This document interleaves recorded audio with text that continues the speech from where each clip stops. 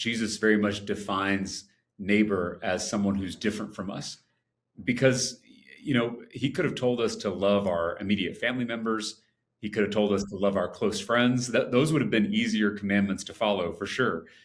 But he told us to love our neighbors. That's inherently a public thing.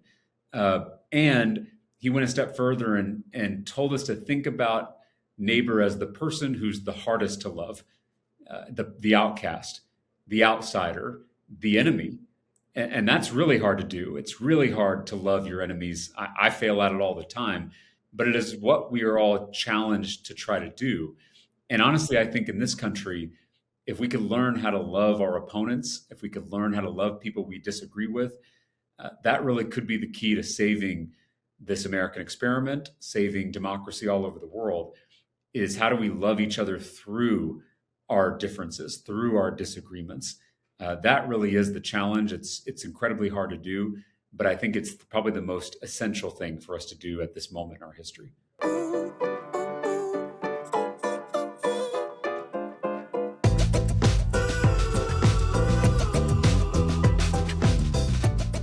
Hi, it's Liz. Welcome to Liz's Coffee Connection podcast. And I am excited because today I have a young leader in the United States of America who is really turning people back into wanting to know how they can get involved. And one of the reasons I started this podcast is because I was looking at our world and seeing that there was a lack in communication between different sides and different opinions. And for me, this was a moment a few years ago to come and say, how do we talk together? And how do we share what I think are the 4 H's: home, heart, humanity, and hope? Because if you can talk about those things and you can somewhat keep out the 2 P's, politics and policy, you can actually get along and try to get a lot done. And the person I'm going to introduce has done that, worked across the aisle, and I think it keeps those ideas in his northern star, shall I say. So I want to welcome, for our virtual coffee, James Talarico from Texas. He's a member of the Texas House of Representatives. And I just want to say thank you for coming and joining me today for our virtual coffee. Well, thank you so much for having me. I'm really honored to be here. So I always start with what people have in common who I've had on this podcast. And I've had people Democrat, Republican, young and old, and diverse, very diverse. And the part that I was thinking about when I was looking at you was, for me, the last few years on this podcast and in my life, I have been so much focused on this 3 words: love thy neighbor. And I've had to challenge myself because of what my life has been through and what I see in our world right now. And it's a challenge, but I still keep that as my sort of one of my mantras. And I know that you, as a leader and as a theologian and as a human also, I've seen have really used that as what you're kind of basing a lot of what you do on. So while we come from it from a different place, I do think that just that is something that is really powerful. And I would love for you to talk a little bit as we introduce who you are, that phrase, and what it means to you. Yeah, thank you for that question. My granddad was a Baptist preacher in South Texas on the Texas-Mexico border. And when I was real little, he told me that we're supposed to follow Jesus's 2 commandments: love God and love neighbor. And that second commandment, to love thy neighbor as thyself, is really what has guided my journey in public service. First as a public school teacher on the west side of San Antonio, as a public official in the state legislature, and now as a candidate for the U.S. Senate. I am trying in politics to love my neighbor through public policy. I'm trying to make their lives easier and better, trying to lower the cost of their medications, their housing, their childcare. I'm trying to love my neighbor at scale. And what's beautiful about that teaching is that you find it in all the great world religions. Obviously, Jesus gave us that teaching in Christianity, but he got it from his religion, Judaism. You also see it in Islam. You see it in Buddhism. You see it in Hinduism. You see it in many ethical frameworks that are not theistic, that are philosophical. And so the idea, that golden rule that we want to treat others as we want to be treated, that we're supposed to love our neighbors as ourselves, that's something you find across traditions, across the world, across time. And to me, that means there's a wisdom there that really transcends religious boundaries and cultural boundaries. And it's what I've tried to live my life by. I think it just gives us an understanding of that we do actually have so much more that in common than what divides us, and we sometimes have to bring us back to that moment. Um, and I was laughing because you also spoke on Ezra Klein, you spoke on Joe Rogan, and those are two very different journalists and very different podcasters, and yet at the same time, in each one, they were authentic, and there was so much to talk about, and you bonded with each of those two gentlemen. That's exactly right. In my tradition, my faith tradition, you know, Jesus very much defines neighbor as someone who's different from us because, he could have told us to love our immediate family members. He could have told us to love our close friends. Those would have been easier commandments to follow for sure. But he told us to love our neighbors. That's inherently a public thing. And he went a step further and told us to think about neighbor as the person who's the hardest to love, the outcast, the outsider, the enemy. And that's really hard to do. It's really hard to love your enemies. I fail at it all the time, but it is what we are all challenged to try to do. And honestly, I think in this country, if we could learn how to love our opponents, if we could learn how to love people we disagree with, that really could be the key to saving this American experiment, saving democracy all over the world, is how do we love each other through our differences, through our disagreements. That really is the challenge. It's incredibly hard to do, but I think it's probably the most essential thing for us to do at this moment in our history. I agree. I agree. And that's what we're here for today. And I know that you're doing each and every day. I'll say this funny part, which is there's some nights where I go to bed and I'm so tired and I'm like, I can't do it anymore. Then you wake up the next day and you start fresh and you keep that in your mind and you can keep moving forward. That's exactly right. Because people throughout our history, they faced worse challenges with a lot less than what we have. You think about civil rights marchers, you think about labor organizers, you think about farm workers. I mean, these were people who had the deck stacked against them. They weren't supposed to be successful, and they found a way to persevere, to keep moving forward, and ultimately were able to win change in this country. And I think that's what we have to take inspiration from in this moment. Even when things are dark, even when things are difficult, even when the deck is stacked against us, we should look at our history for inspiration on how to put one foot in front of the other. I've said before that action is the antidote to despair, and it's really hard to wring your hands when you're rolling up your sleeves. There is something about doing something, about action, that keeps us from falling into that hopelessness.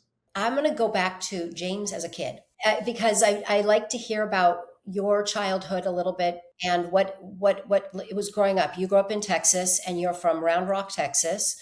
And you grew up with a single mom who was very, from what I understand, powerful and also beautiful and loving. And I would just love to know what it was like growing up at home and school, because that is something that everyone can also relate to, what it was like to grow up. Yeah, thank you for asking that. I was born to a single mom, as you mentioned, who was a preacher's daughter from Laredo. She left home at 19.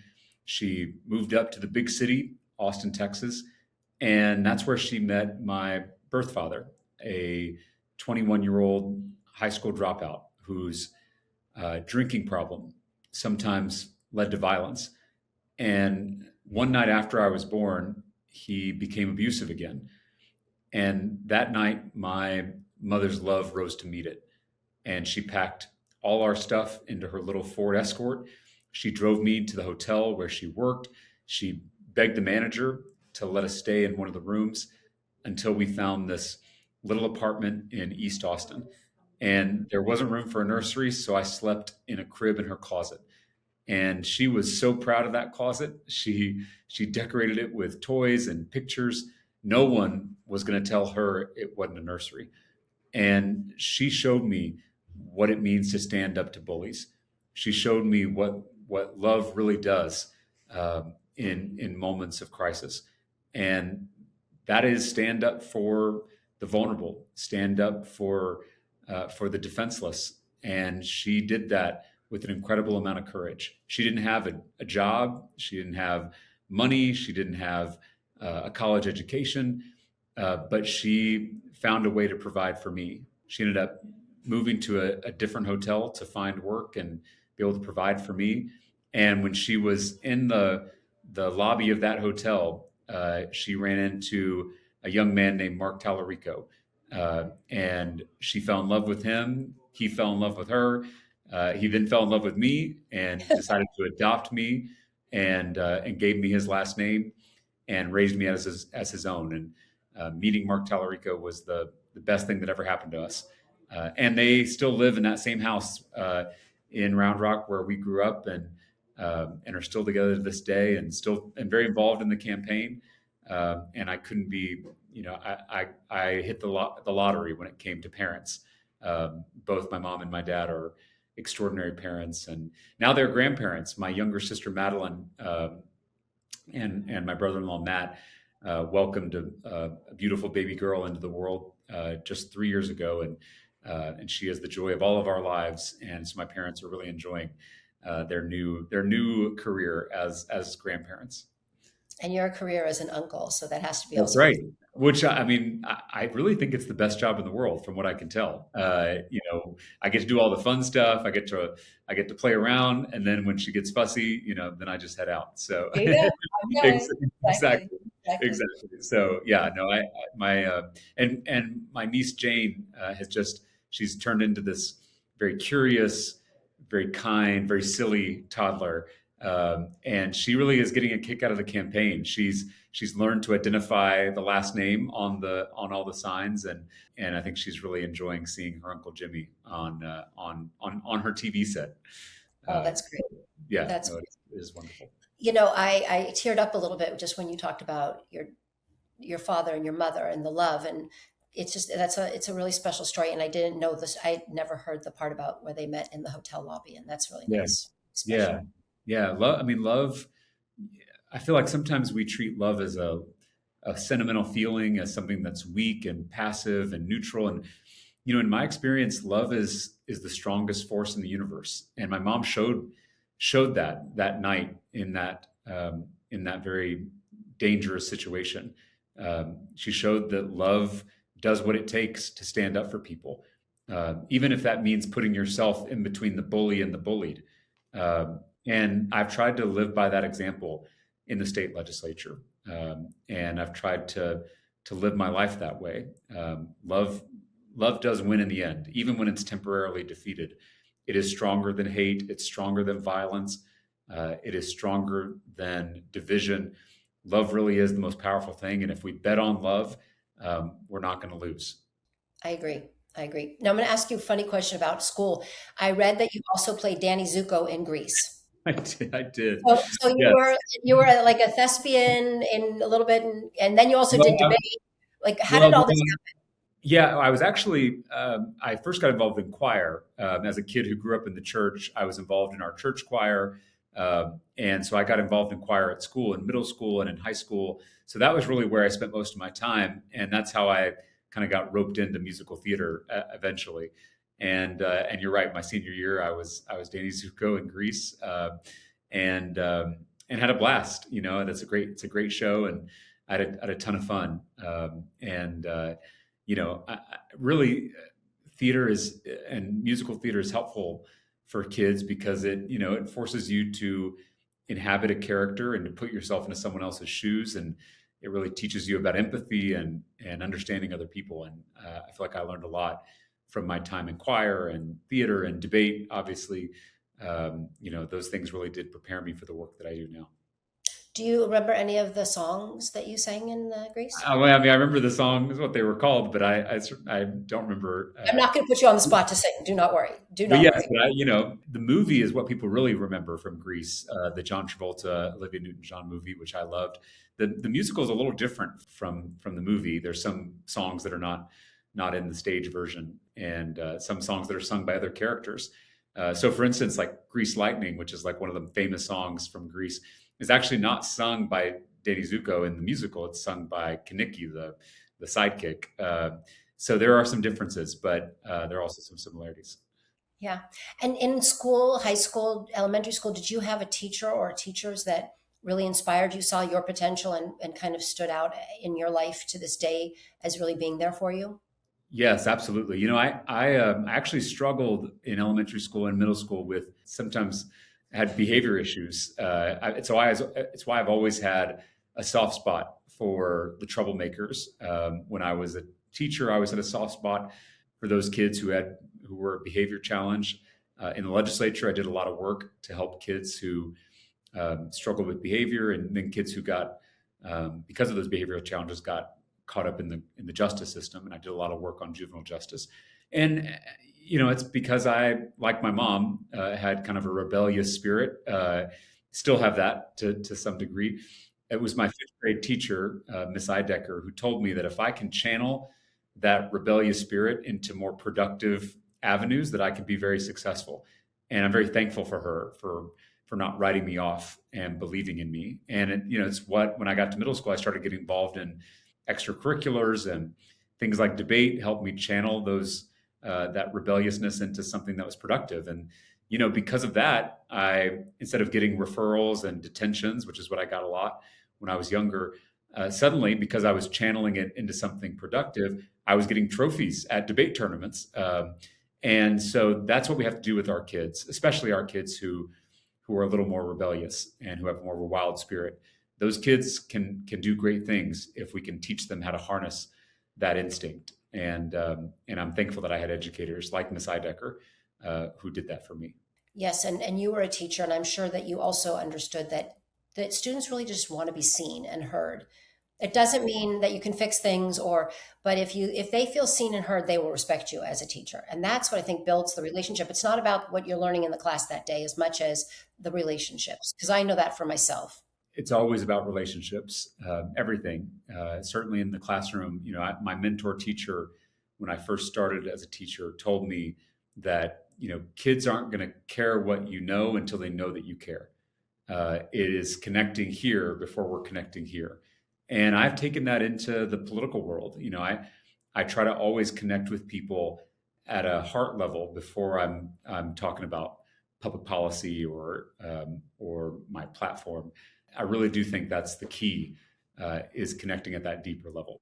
That made me also wonder, you also have worked, and again, this isn't about politics and policy, but you have worked across the aisle. You have worked with, I know you have another James, and you had a James caucus, the James Dem, the James Republican, but you worked on things that were good for the people. And that is what the purpose. Can you talk a little bit about that? Again, you work together with somebody who, if you did not reach out and have a relationship, they would be otherized, as opposed to we're in this together. Well, because my faith taught me about servant leadership. There's a part in the New Testament when Jesus tells his followers that whoever wants to be a leader among you has to first be a servant, that you have to lead from behind, rather than being this is also one of my mentor teachers told me this. You don't want to be, as a teacher, you don't want to be a sage on the stage. You want to be a guide on the side, which I always thought was really helpful in understanding servant leadership. It's not about your own glory or getting attention for yourself or getting power for yourself. It is about serving others. It is about making other people's lives better and centering their needs first and foremost. And that's guided my work in the legislature. And it's why I've been able to work across the aisle, because my goal is not to score points for myself or my party. My goal is to get something done for my constituents. And in Texas, that means working with Republicans. They have a majority in the state legislature. And so if I wanted to get stuff done, if I wanted to deliver for my people back home, that meant working across the aisle in a bipartisan way. And I was able, it was such a blessing to work in the legislature as a Democrat, because it forced me to get outside my bubble. It forced me to enter into a relationship with people who I don't agree with. And there's a lot of time in the legislature when you are sitting around with your colleagues on the floor and you get to know each other, you get to bond, you get to meet their family members, you get to meet their spouses, and you learn a lot about people in that kind of environment. And you learn to love these people, even when you're disagreeing on profoundly on very difficult topics, life or death topics.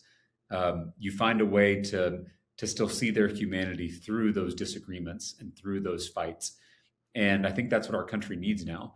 We're going to have disagreements. We're a big country with diverse needs and differences of opinion, but we've got to still find a way to see our common humanity through those disagreements. And holding those two things together, I think, is the key to moving this country forward. You are also in a seminary program, and you talked about it, like your religion and is so ingrained in who you are. And I know that you bring it to the work you do, but you also don't believe that you also, excuse me, you also do believe that there is a separation of church and state. Can you explain that? Because I always think about like it's not that clear. And to people when they see the two things, there's the two things can be true. You can be very much your religion is so important to you, and yet you also know that when you go to work in the public work, that it's not you as a religious person, but it's you as a leader. Well, in the very beginning of our conversation, I said that Jesus gave us two commandments: to love God and to love neighbor. And so those two commandments have guided my life. And those two commandments, they challenge each other, they enrich each other, they sustain each other. If you're just focused on loving your neighbor, if you're focused on action, then it can be really easy to burn out if you're not rooted in something deeper, whether that's God or religion or whatever it is, if it's meditation or philosophy or whatever ethics, you have to be rooted in something deeper than just the news of the day, because it's really hard to love your neighbors in a difficult environment like this, in difficult times like this. The civil rights movement was very much rooted in spirituality. So was the labor movement and the women's rights movement, and the farm workers movement. So rooting ourselves in something deeper is important. But it's also tempting to then just go lock yourself in a monastery somewhere and meditate all day and never take any action. And that's also unhealthy. So you have to balance prayer and action and bring them together. And that's what I've tried to do in my life. And when I was in my second term in the legislature, it was a really hard session.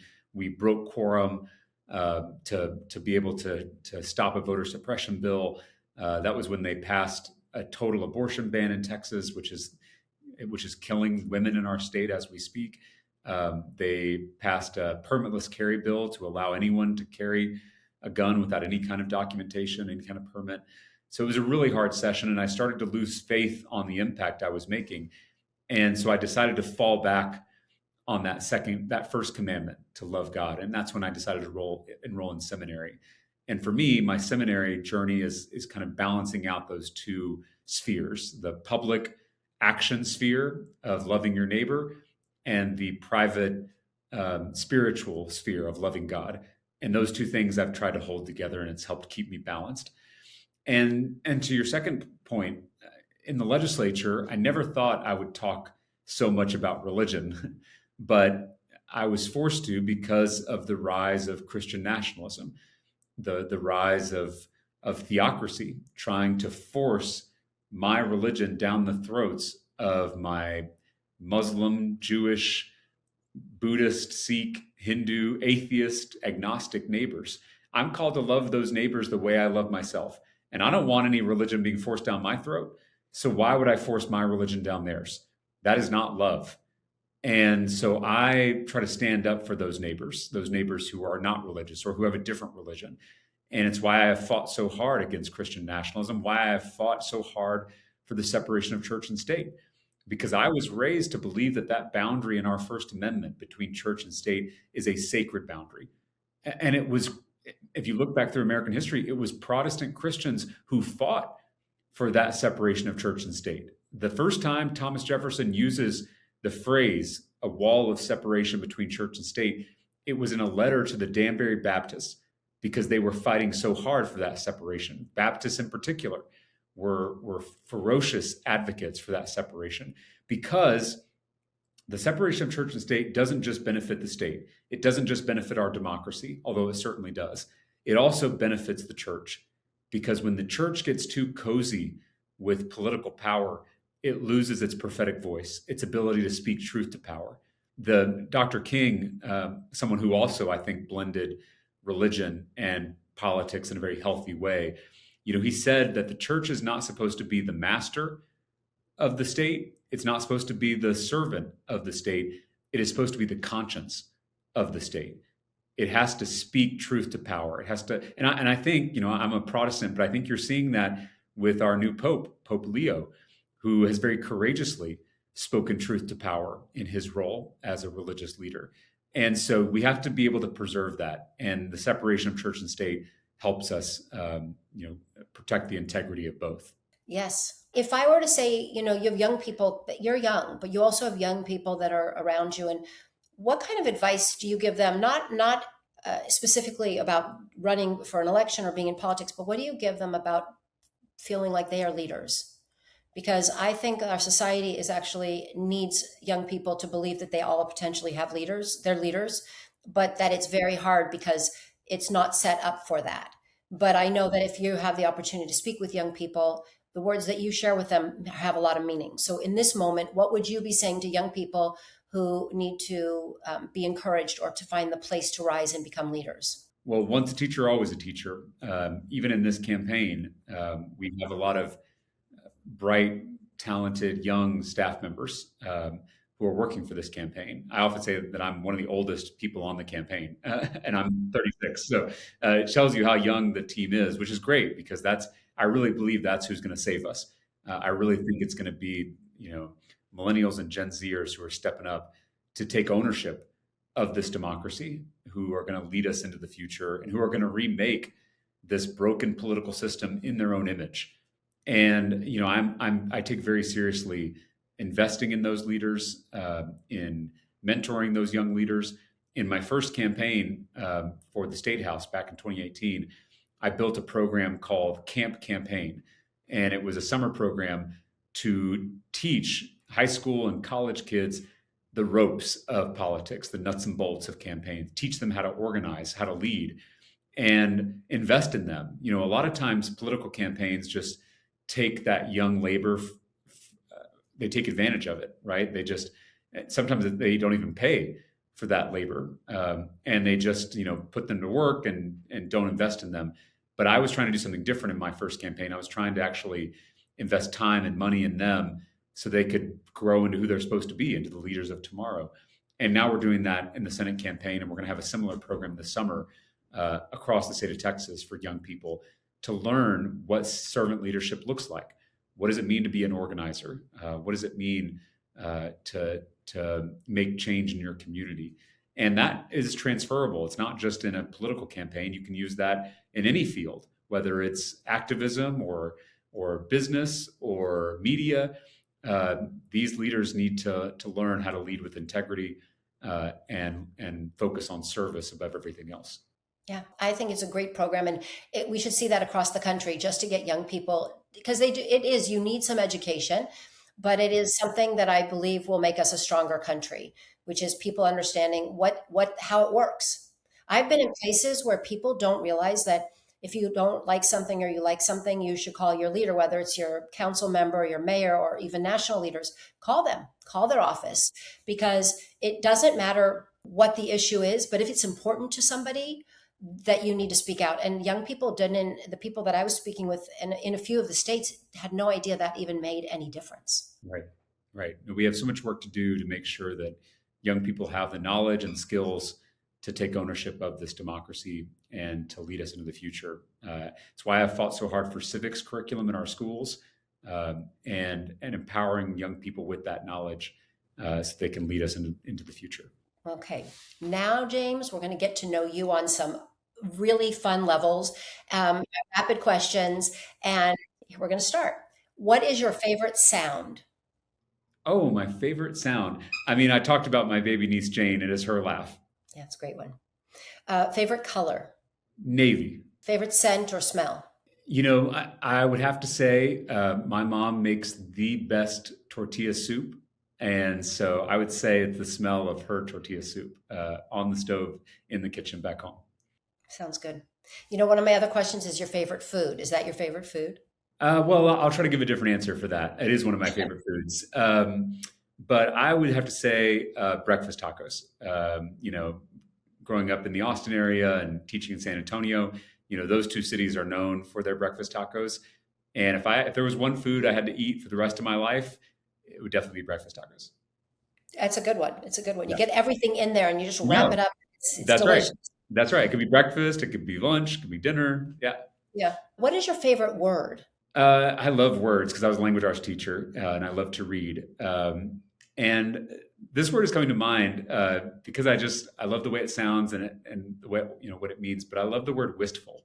There's just some words that like in different languages that like hit on a certain feeling that's hard to describe, and wistful is one of those words. And it's also an onomatopoeia. It kind of sounds, the word itself sounds like what it means. So I don't know. That's just the word that came to my head. So I like it. that's It's a go good with, word. It's a good word. And you speak other languages? You speak Spanish? más o menos. Más o My, menos. Okay. yes, we actually just rolled out our Spanish language social media channel, so we can reach Spanish speakers in Texas. And the introductory video is me in my imperfect Spanish welcoming people to the new channel. So folks should check out Talarico in Español if you want to see our stuff in Spanish. Okay, well, it's something also to keep working on, getting your Spanish better. Because in our day and age, I think it's really important that people understand and speak Spanish, as well as other languages, but Spanish in particular. I grew up and we learned Spanish, and it was a language I've spoken my whole life. And I still break my tongue sometimes, but I understand that it's like a tool. It's another part of who we are.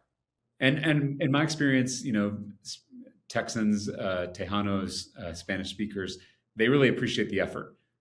Even if it's not perfect, they do want to see you try, and that's what I'm doing on the trail. Good. Keep trying, and keep speaking. And also just speaking to different people. And I think it goes back to being heard and being seen. Sometimes, if you speak in a language that is very easy for them to understand, they may speak English, but for them to hear it in a language that is who they are, their roots, it's also important. Yeah. Okay. Biggest cheerleader. Well, I've talked a lot about my mom, so I'm going to say my dad, my adoptive dad, Mark Talarico.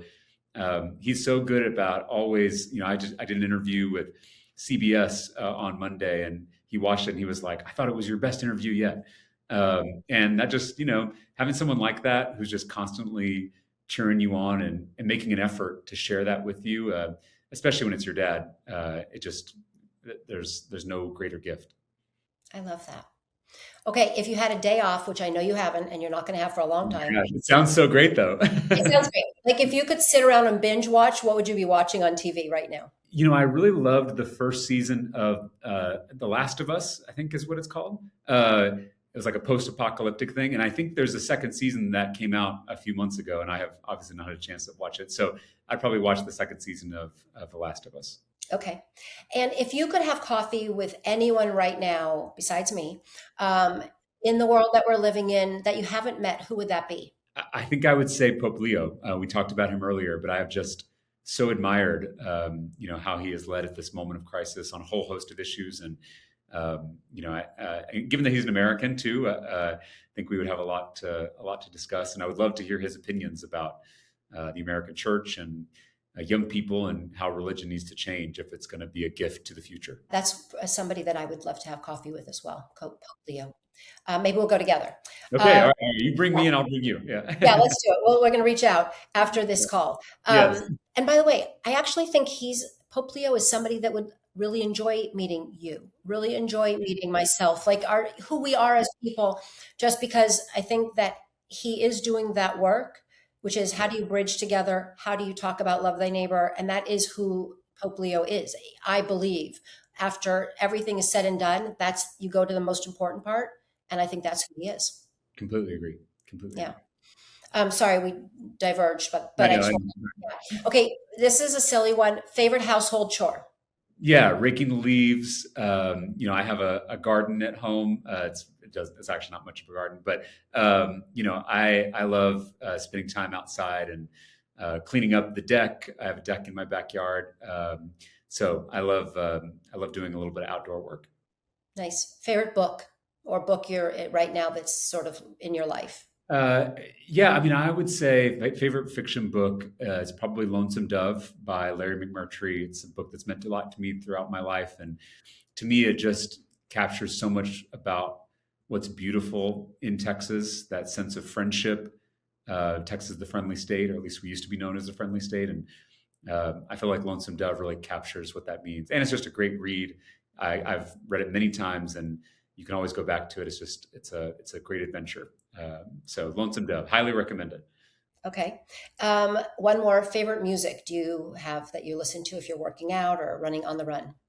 I love so many kinds of music. I grew up listening to 1980s country western music, George Strait and and Brooks and Dunn and Clint Black, um, and even into the 90s, the Dixie Chicks and Garth Brooks, and then I really love a lot of the new Texas country artists. Casey Musgraves is a favorite of mine, and I think there's so many talented young country musicians that are coming up. So I would say country western.